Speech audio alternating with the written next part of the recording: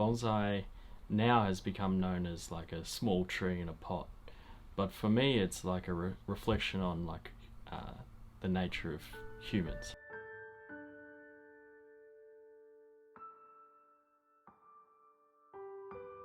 I found out about bonsai when I was quite young, and my sister, she got one day, and I saw it, and then I really wanted to get into bonsai. So, well, the excitement in bonsai is very slow. So, a tree is created over years and years of growth and works. The most exciting part is seeing a tree transform after wiring. And bring into shape, and all those years of preparation coming together in a few hours of wiring and preparation. Yeah, we must be very careful when we make bonsai not to damage the health of the tree. As far as aesthetically, bonsai should have a very interesting trunk and a very fine, delicate foliage. All of the practices sort of lead to those two factors, so everything else is secondary. I guess when you're making a very big or complicated bonsai, you have to let your imagination go wild, and you have to figure out the most interesting part of the tree and try and frame that by putting the foliage. Usually when I decide to work on a tree, I would have thought about the design of the tree for maybe even 1 or 2 years beforehand, leading up to that. So always checking the tree and seeing what will make a good looking bonsai. Tour, I went to Japan, meeting all the bonsai masters around the main island.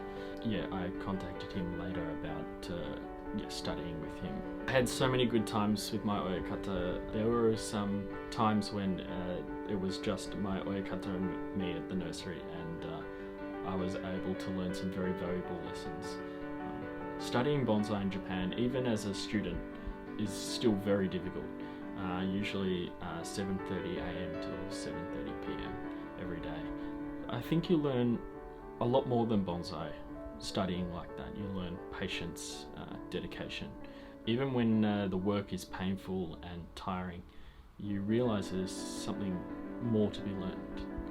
Of course, I've been trained in Japan, so I have very much a Japanese aesthetic to my bonsai, but of course, yeah, I'm living in Australia, and I would say a lot of my master's tastes have washed off on me, and I take on a lot of his style. Of course, every master in Japan has a very subtle difference between their style of bonsai, but also noticeable. And I would say that not all of the conventions I was taught in Japan I agree with. So some of the things I like to make my own and produce my own sort of certain style. So it might be subtle, but I think that's sort of the way of Japanese bonsai anyway. So as far as bonsai in Australia, my commitment is to sort of have bonsai recognised like every other art form. So painted art is often put in a large gallery, national gallery. I would like bonsai in Australia to get to the same point. So my commitment is to try and lift bonsai together with other Australian artists to that level, and have bonsai recognised as sort of a respected art form. I think I would like to uphold my nursery name, Hakuju-En. I would like to be producing the best bonsai in Australia as far as quality goes. So that's quality bonsai. Yeah.